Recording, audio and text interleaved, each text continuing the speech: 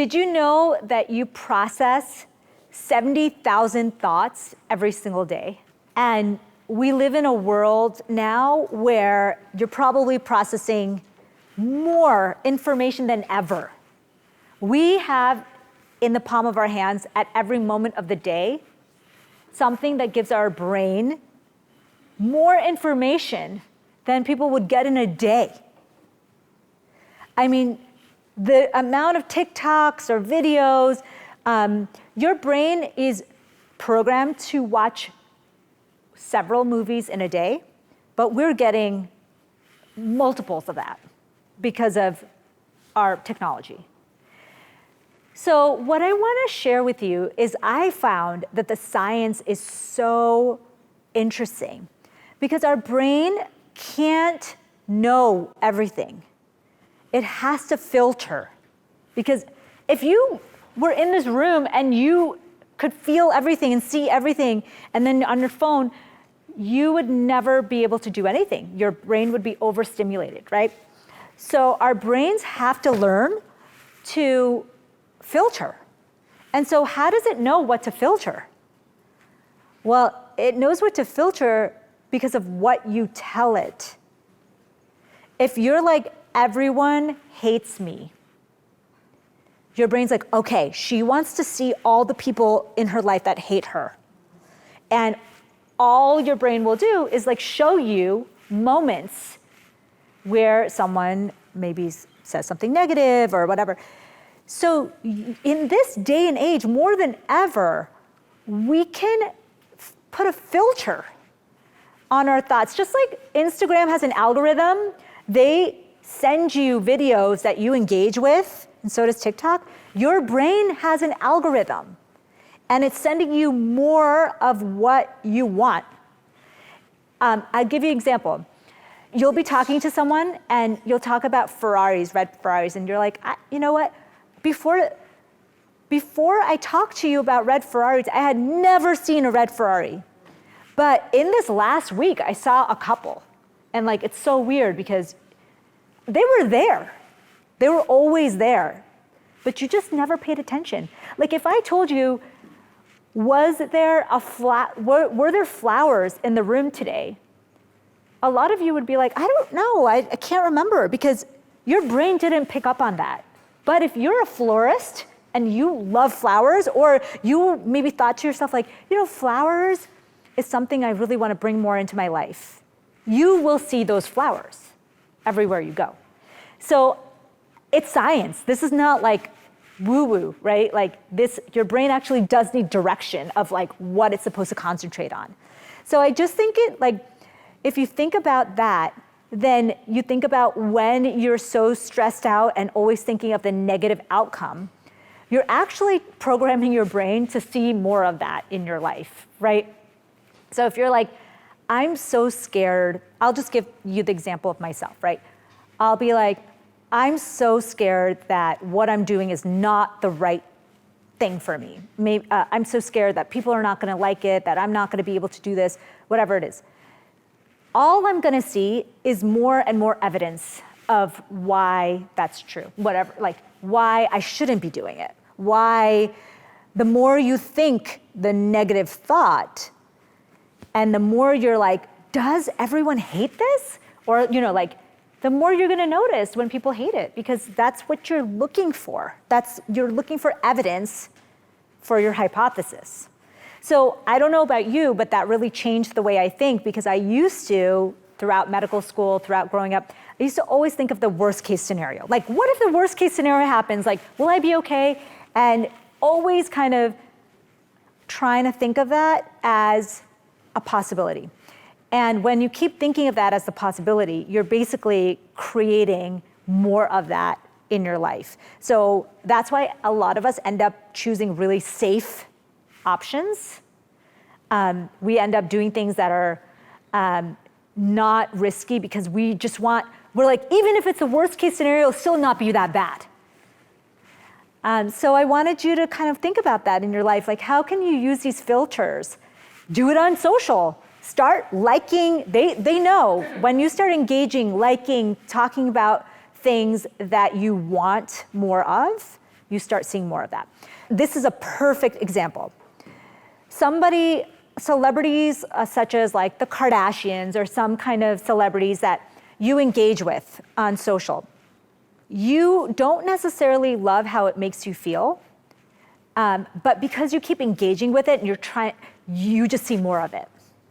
And so think about that with your thoughts, think about that with the negative people in your life. Like, you can filter so much of what you're thinking and doing by the thoughts that you have.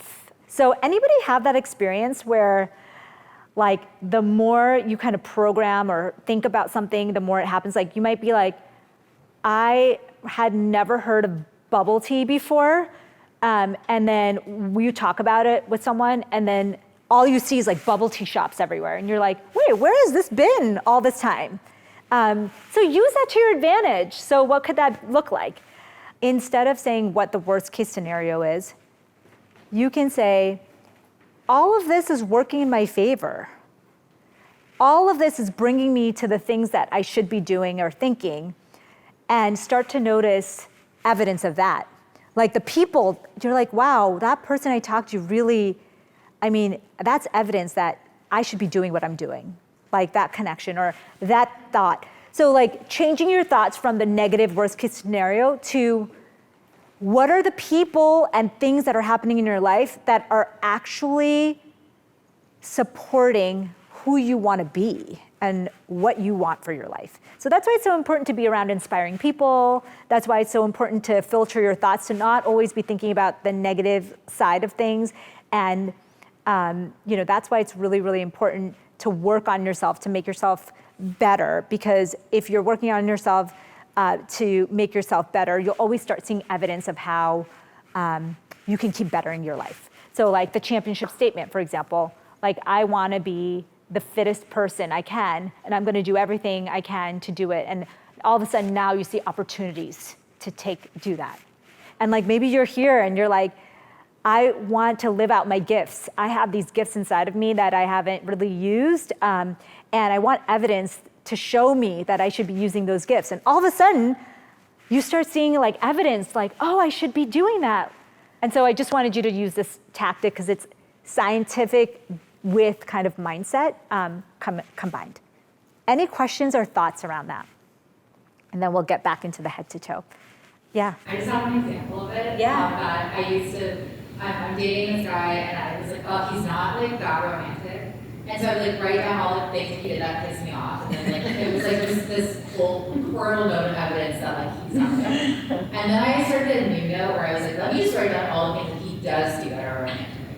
And that has been transformational because all of a sudden now I'm focusing on what is romantic versus what's not romantic, which is like, didn't even matter, to be quite honest. Honestly, like the relationship thing, for this kind of mindset work for relationships is so useful, right? Because everybody has things that are really bad about them, and you could focus on, like if you hate the way he chews, and every time you chews, it's like a dagger, and that's what you're focused on, it is going to really make a big impact in your relationship. But if you focus on the one, maybe it's just one good thing that they do every single day, it's just going to make your relationship better. Now, it's not going to be like, if that person is a bad person for you, you'll start to see evidence of that, whether or not you're filtering out, right? You can only filter out so much. So that's a really, really good example. But I think for your body health, for your career, and for relationships, like this kind of, we can't process everything. So we have to have some kind of framework in our head to decide what we're going to actually think about. And so having a framework of positivity, or not just positivity, but specific things that you want to see more of, you should do it. By the way, my son is like, I haven't seen a red Ferrari in 3 weeks since you told me about that. And I was like, okay, I'm not saying it works that quickly. But so there's definitely, evidence that we use our brain to filter out information that's important to us. And again, I take this example of like, After this weekend, I might ask you in an email, I might say, does anybody remember this part of the 2 days, this weekend?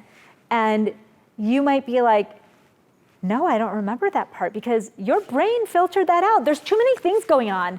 If we were noticing everything everywhere, we would be overstimulated all the time. So try to use that to your advantage. Try to see, like, what is it that I want to see more of? I want to see more good, like you were talking about connection, right? I want to see more good people in my life. Like, I want to have more people that really inspire me or push me to the next level or make me feel really good. And all of a sudden, you're going to start meeting people like that. Because in a room full of people, you're going to start noticing who's like that, because your brain's going to pick up on that. Any other examples or questions around that? Has that ever happened to you? Can you guys think of a situation? I saw Radha nodding a lot. Can you share what? I agree with everything that you were saying. I think that's so fundamental to my everyday life, because I feel like we have more choice in the way we perceive our life and then end up living our life than we think we have. And it starts with your thoughts. It really does. It starts with making room for things. Like, if you want a relationship, make room for that relationship. Like, even literally, like, make room in a closet or in your room, or or see. I like to put visual cues. My daughter's special needs, so if I want her to like meet a milestone, I might have pictures of kids running because she doesn't walk, or things like that. That put yourself in the right mindset. But I've noticed that if I put a positive thought into this world about something very specific, it always comes back to me. Yeah. If I think about you, I feel like you text me, because it's pretty much an energy of some sort that makes me feel like it's pure rather than being mixed with negativity and positivity. Yeah, and getting clear on what you actually want. Yeah, and getting, so when you get clear on what you actually want, then you start seeing evidence of it in other things. And let's take it back to health. When we're talking about this head to toe, there is a fascinating study called the counterclockwise study. Has anybody ever heard of that? Okay, this is so cool. So they took a bunch of people from nursing homes, and there was a researcher at Harvard, and she really believed that so much of what you believe in terms of aging and disability is in your mind. So much so that she took a group, I think it was like a group of like 15 seniors, and she took them to an old campsite. And she decorated the whole campsite like it was in the 1950s. The music was on like records. There was no mirrors, but she decorated with newspapers and magazines, and she had all the cool things that were cool in that 1950 to 55, and they were going to dance, and they were going to just spend like a retreat week. And she said, I want you to pretend like it's 1955 and it's not 1980, like I just want you to pretend like you're back in time. And the participants danced and they hung out, they ate the foods that were like cool. Like, she basically made it like a little mini Disneyland of the 1950s. Before they went in, they got their strength tested, their gait tested, their vision tested. They looked in the mirror and they had to rate themselves, like how old did they look and feel, whatever, all that stuff. And then the week later, she had them do all the same things. So not surprisingly, they felt younger, because they spent a week like pretending that they were 25 years younger. But what was really surprising is that their walking improved, their vision improved. People who looked at their pictures before and after their week, people who didn't know the study, rated their post pictures as younger. Isn't that incredible? Like, they objective on strength scores, walking scores, eye scores were younger. So 1 week of them imagining that they were young and healthy and mobile and having fun actually changed them in 1 week.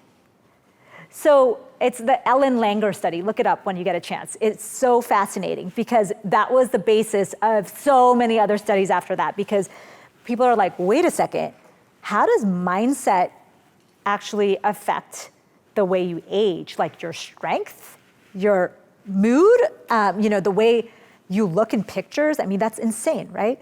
And it just tells you that a lot of what we think about as chronological age is actually wrong. And I don't know, do you have an example of like people that are maybe in their 70s, 80s, 90s that actually look and act like 20 years younger, like you do? Yeah. Do you think it's in their mindset, or is it more, I feel like it's a combination of things, but when I heard about this study, I honestly thought to myself, like, how much do we actually not know about this, right? Like we think that people that look young or act young, it's just in their genetics.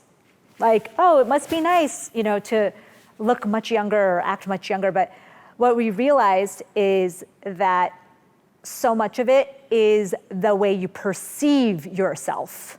Have you ever seen those people who like literally act like they're 20 years younger and it's kind of comical? It's like, that's really what we want to do, right? Like we want to actually pretend, like in this Ellen Langer study, like we want to pretend it's 20 years ago, that we don't know that we're actually the age that we are, right? That's really what the study is showing.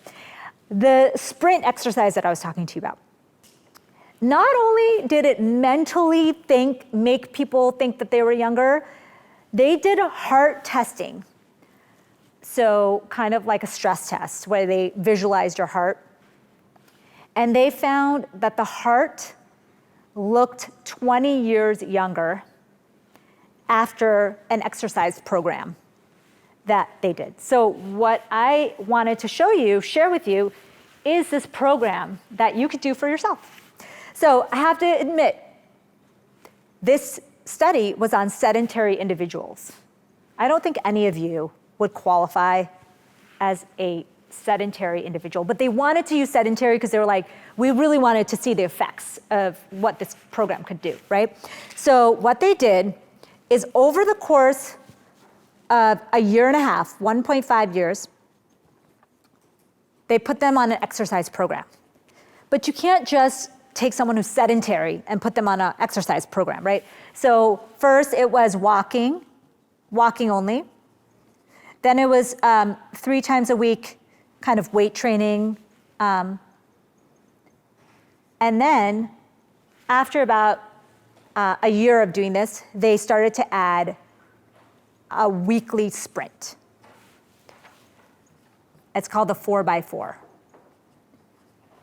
And you can do it various ways. One way to do the sprint is the way they did it in the study, where you go hard, 85%, for 4 minutes, and then you have a long rest, up to 15 minutes or something, and then you do it again. You could do an alternative version, which is really popular, where you sprint for 30 seconds, like you could do that on a treadmill, or you could do jumping jacks, whatever you can do, and do 30 seconds on and 1 minute off, and do that for 4 minutes total, so like 8 rounds, so 4-minute sprint. The reason why sprinting seems to be the last step in this kind of 3-step program, so you've probably heard about walking, probably heard about weight training for muscle loss, 1 to 3% of muscle loss every year for women in their 40s, 50s, 60s in the perimenopausal transition and beyond. And you've probably heard about walking. Like I told you, hippocampus grows when you walk, and it's a great way to reduce stress and have activity. But I don't think that a lot of us are or at least I wasn't, including a regular sprint.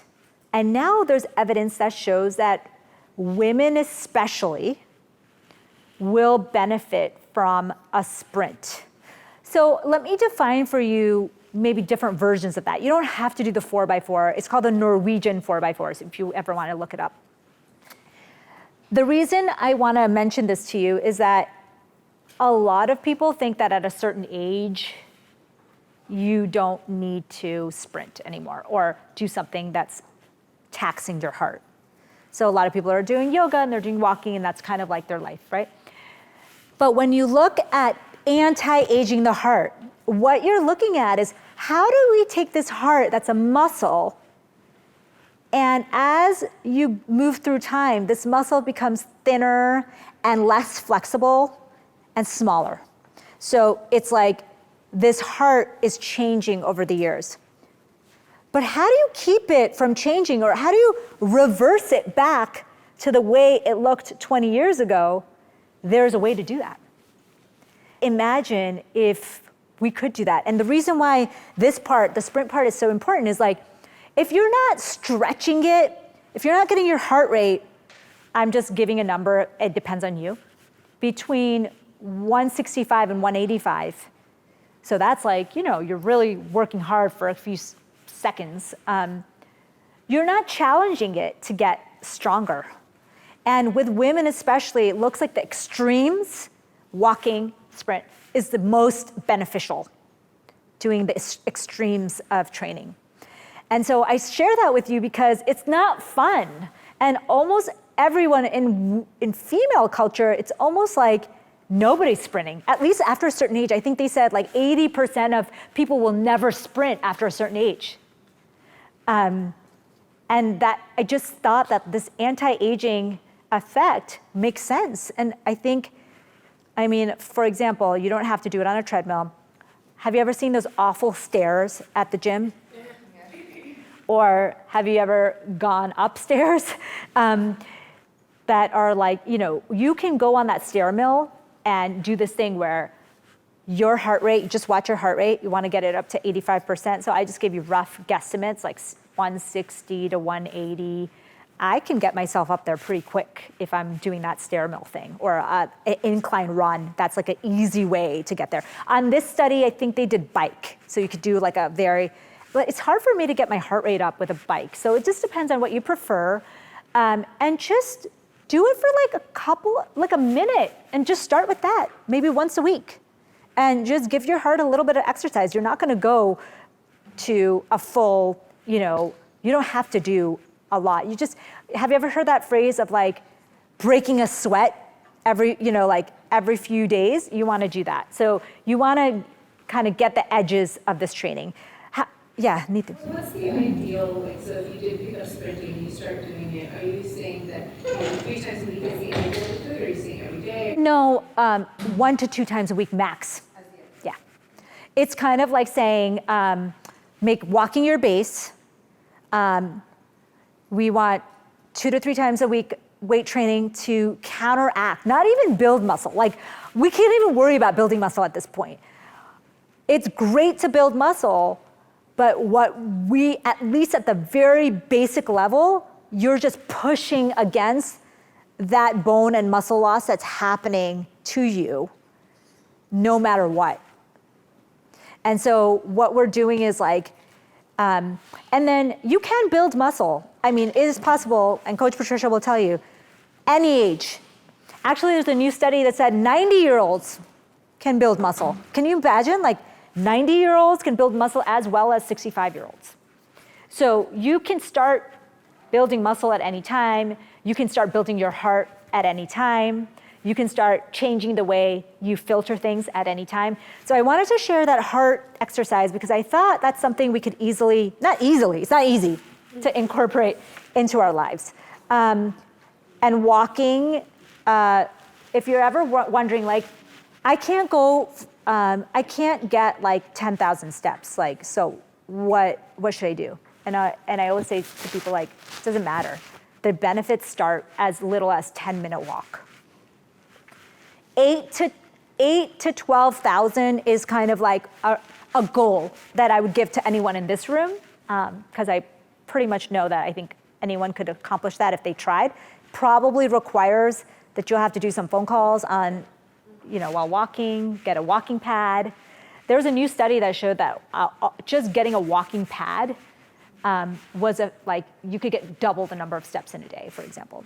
I got a walking pad, but I can't get it to work, so I'm working on that. Like it's like a simple treadmill without all the like, it's just on the floor, it just looks like a rectangle, and you can put it under your computer, or you could put it in your kitchen or on wherever you're standing a lot.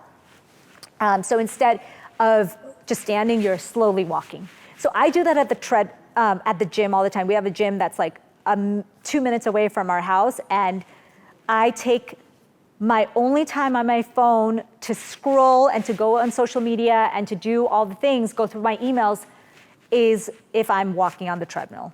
And you can do that outside when it's beautiful outside, and I'm definitely that crazy person who's walking all over the neighborhood because this data is just too strong. The fact that it grows your hippocampus in just 40 minutes, 3 times a week, who doesn't want to grow your brain, especially as you age? I mean, everybody's thinking about like how to preserve their brain, but like you can grow it at any age. It's not even like age specific. So you'll see that a lot of what we're learning about people who live really long, healthy lives, it has to do with the activities and the practices that they're doing on a daily basis. It's 80% that and only 20% genetics. But it is cultural, right? So when we talked about that epigenetic passing down, so what you fear and what your limitations are often a result of programming that you've received. So if you feel like, oh, I can't do this, or I don't really think it's possible for me, think about why you're thinking that. Is that just because somebody has told you? Like they always talk about that with money mindset, right? A lot of people have a negative money mindset because they grew up with a negative money mindset, that rich people are mean, they're unhappy, they don't have good families, and being rich comes with a lot of problems, right? There's programming that a lot of people get like that. I think I've gotten that programming. And so what you've gotten from society or your family or culturally becomes a part of how you make decisions. You might have never seen an 80-year-old healthy. And your family, all 80-year-olds are bound to their bed. And so for you, when you're in your 40s and 50s, you might be like, well, I'm not even gonna try because in my family, or there's no point trying now. I'm too old now, it's too late, forget it. Like, there's programming that's set down for us. So just wanted to remind you that now we have the data that you can actually do all this stuff. So you don't have to rely on your programming or what someone told you one time or what society thought was normal. You can rely on some of this data to get you to that next level. So we've covered the brain, and we talked about the heart, talked about the muscle. We haven't talked about gut. Gut health is like one of my favorites because this is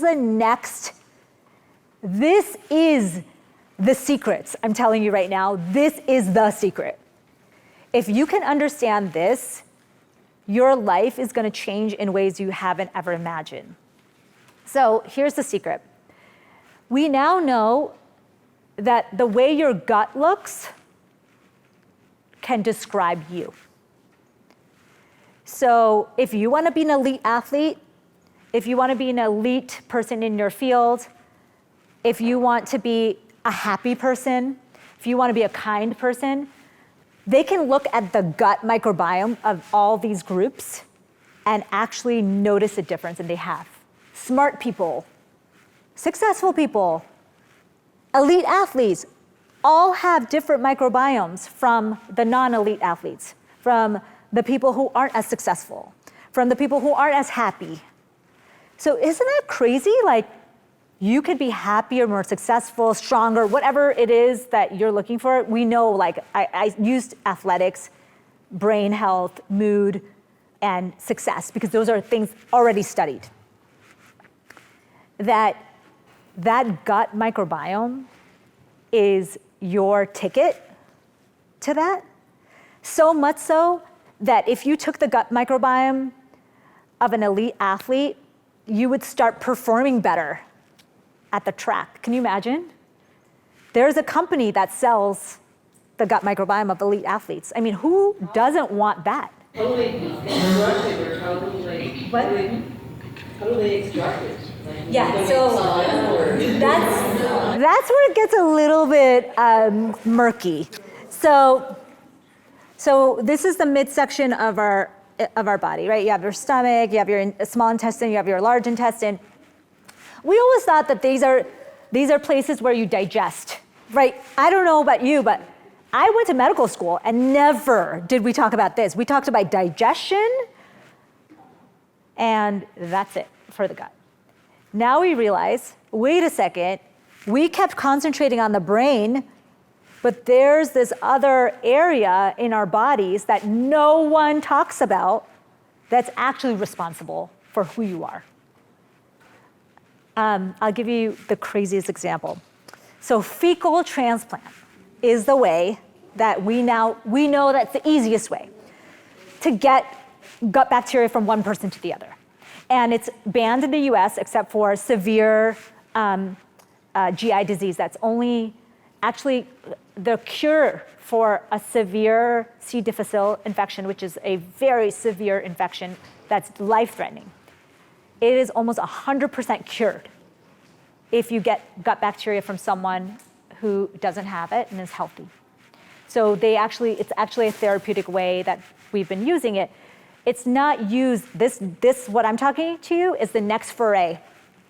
How do we take the live bacteria from someone who's inspiring, who's your goals, and put it, like, who would you put into your gut? Like, maybe a Nobel Prize winner, maybe it's, I'll tell you how profound this is. There was a man who had severe GI issues and mental health issues. And he's in a country where they actually allow fecal transplants, practitioners. There are countries where you can do it. So he got it from his mom. His mom was like, I'll give you my bacteria and you can repopulate your gut. This son started to develop hot flashes and joint pains. And so he got the bacteria from his mom that was helping him feel better and think better, and his GI, but he obtained a bunch of her hormonal symptoms that she was having. And so that's where I think it's still so new. Like, we didn't know that there's hormones that get transferred through gut bacteria, like, you know what I mean?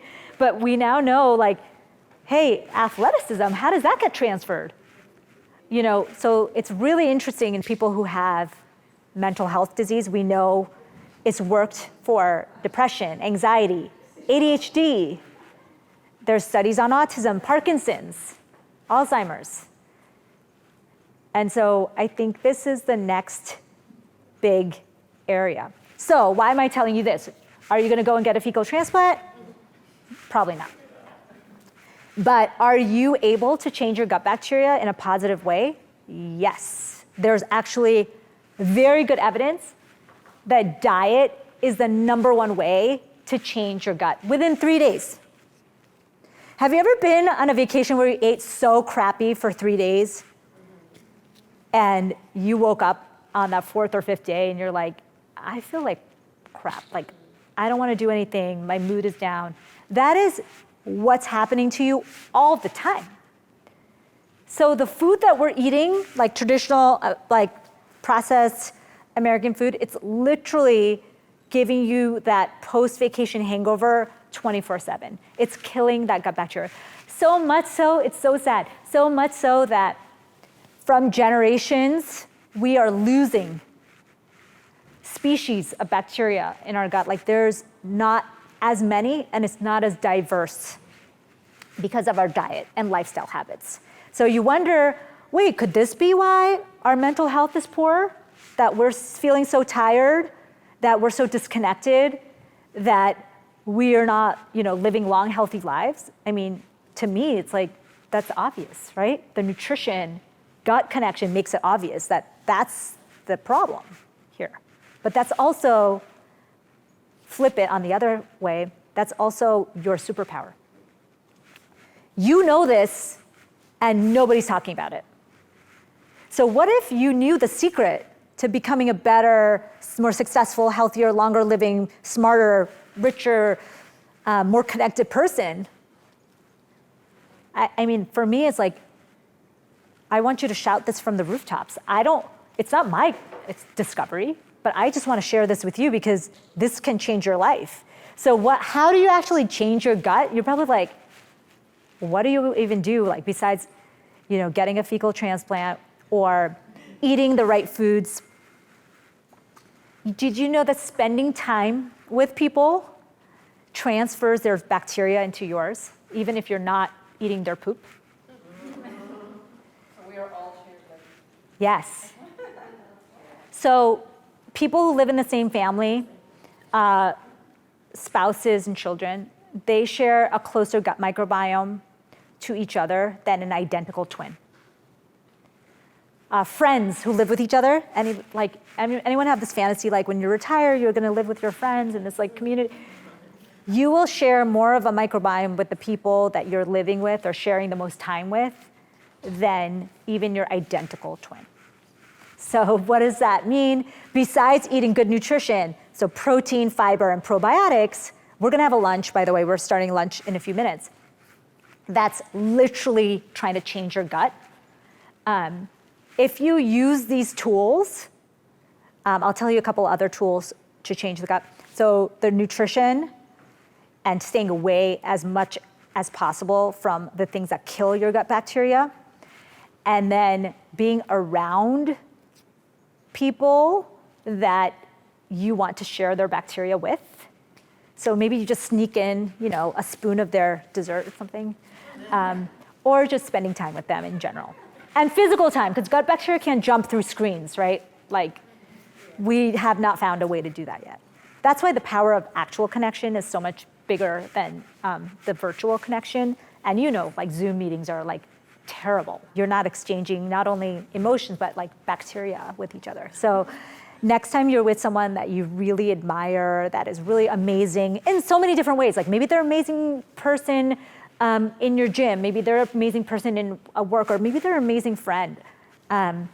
Spending more time with that person just helps you both. Okay. Other things that can improve your gut bacteria. Nature and exercise, especially nature with exercise, nature-based exercise. Like what we're just doing out there, just hanging out outside and moving our bodies, doing things. Your gut bacteria knows when you are outside exercising. It dances, like literally, when you are moving, especially in nature. When it dances, it sends these signals to the brain that are anti-inflammatory. They're called short-chain fatty acids. Short-chain fatty acids, by the way, are like, everyone's trying to bottle that somehow, because if you can get short-chain fatty acids to be released from your gut, you will have a better brain, you'll be in a better mood. It's like one of the reasons that people think that exercise is so good for your brain is like that gut bacteria is happy, they're creating short-chain fatty acids. So of course, everyone's like, how do we get more short-chain fatty acids? By like not doing all that stuff, right? Shortcut. So you'll see a lot of products on the market that are targeting this gut bacteria byproducts. They're called like postbiotics. So prebiotics is fiber and food for the gut. Probiotics is actual bacteria. Postbiotics is what the bacteria make. So like short-chain fatty acids would be one of them. And we want to optimize all those things because now I just told you, like, you could be a better version of yourself just by changing that gut-brain connection. Have you guys heard about this? Like this, how profound the change can be? Or have you seen? Okay, yeah.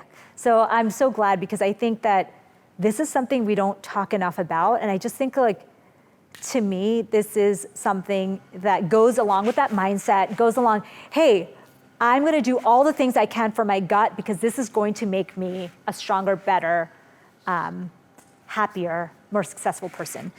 So that's the gut. What questions do you have about the gut?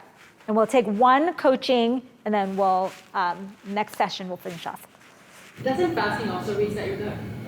What? Fasting, doesn't that also help? Yes. So, oh yes, okay. circadian style fasting is the best way to treat your gut bacteria well. So remember how I told you that sleep, if you don't get enough, you have 55% increased risk of all kinds of diseases?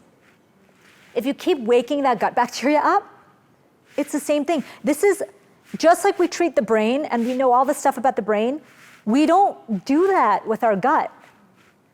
And it's the same thing. If your gut is in sleep mode, it has circadian rhythms. The gut bacteria itself, they have circadian rhythms. They never even see the sun, but they have circadian rhythms. And it's like, if someone woke you up in the middle of the night and made you do a complicated math problem, and you might do it, you might get it wrong, but the next day you're exhausted. That's what we're doing to our gut every single night. We're waking it up out of its sleep mode. We're making it do complicated digestion. We're having a huge meal. And then you're expecting the next day the gut bacteria to produce all these things that we want in our life. It's not going to be able to do that. It's tired. Its circadian rhythms were completely off. So circadian style fasting, what does that mean? Long before Uber Eats and 24/7, fast food, we didn't eat big meals late at night, midnight one, I have to admit, who last night ate late at night? So I'm not perfect. I talk about circadian fasting all the time, and I get it wrong all the time. We live in a world where we need to sometimes eat late at night. Our lives are 24/7, right? But the more you can do the same things for your brain, do the same things for your gut, the more changes you'll see in your life. And so giving your gut that rest overnight, maybe not eating 2 to 3 hours before bed, and then maybe waiting an hour or two before you eat in the morning. That's the kind of the ideal. And then of course there's long resets and all kinds of things that we have talked about. So I was talking to girls yesterday about how some people believe that famines and droughts actually help to extend lives for people. So people from the Holocaust, survivors, people in India who went through many, many droughts and famines, they really have really great lifespans. And because the people who ended up surviving could survive through all that. So fasting is a way to mimic some of that survival advantage. And that was like the whole theory why fasting got so popular. But it's really hard to translate in our culture because now you could fast till 1 o'clock in the afternoon, and in America, you could eat back those calories within a couple of hours. And so you never were in a kind of famine state that we were trying to create. You were just like fed later. So that's why fasting has not really panned out in the way that we've wanted to. So the circadian style fasting is the one that's going to give you a lot of benefits. And we don't really know how to get into that other longevity style. The studies just haven't panned out. Any other questions or, yeah?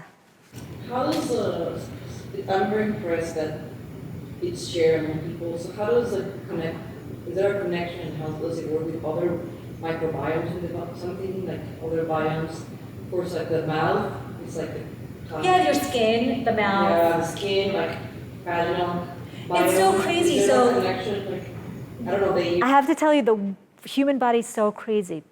Women, when they're in their like getting close to giving birth, in their 9th month, their 3rd trimester, they translocate bacteria from their gut to their birth canal for the in preparation for the baby. Because, people talk about, like vaginal deliveries are so much better for the baby's gut and whatever.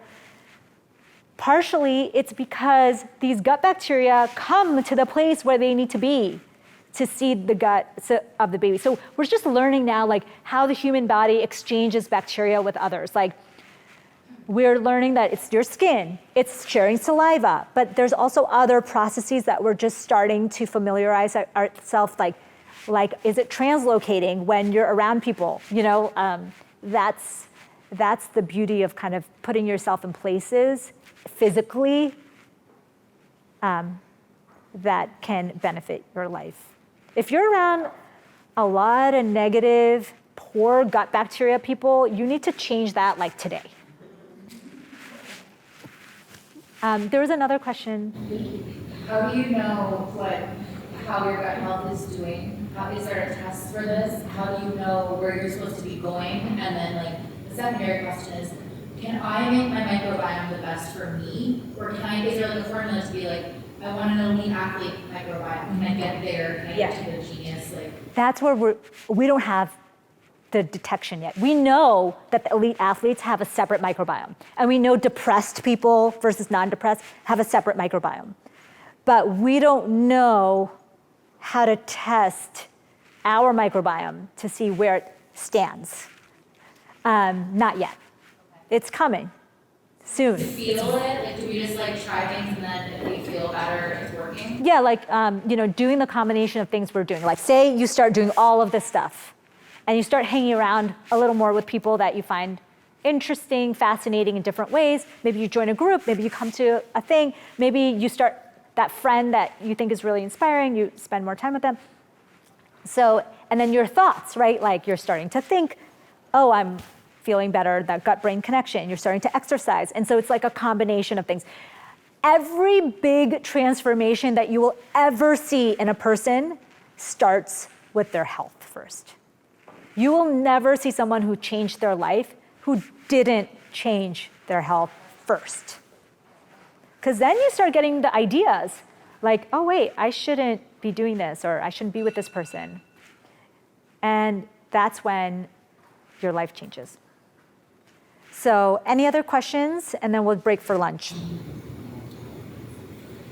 I just had a question on parasites, and there's so much talk about that and how that affects the gut, and there's some extreme things that are said to do. What is your outlook on that? Okay, yeah. Parasites are real if you go to, travel. There's definitely parasites. The data of people living that have not traveled, having significant parasitic infections is very poor, meaning that it's kind of like an idea, belief system at this point, but it's not supplemented with a ton of science to support it. Does that make sense? Not that it's not right, it's just not supported at the moment. So parasite cleanses is something I don't do. Just because you're already busy, doing 1,000 things. I'm gonna stick to the things I know can make a difference. And then there's stuff nice to haves. If it makes you feel good, do it kind of things. So if you have time, you can add on stuff. But not to say it's wrong, but it's not something that I necessarily do.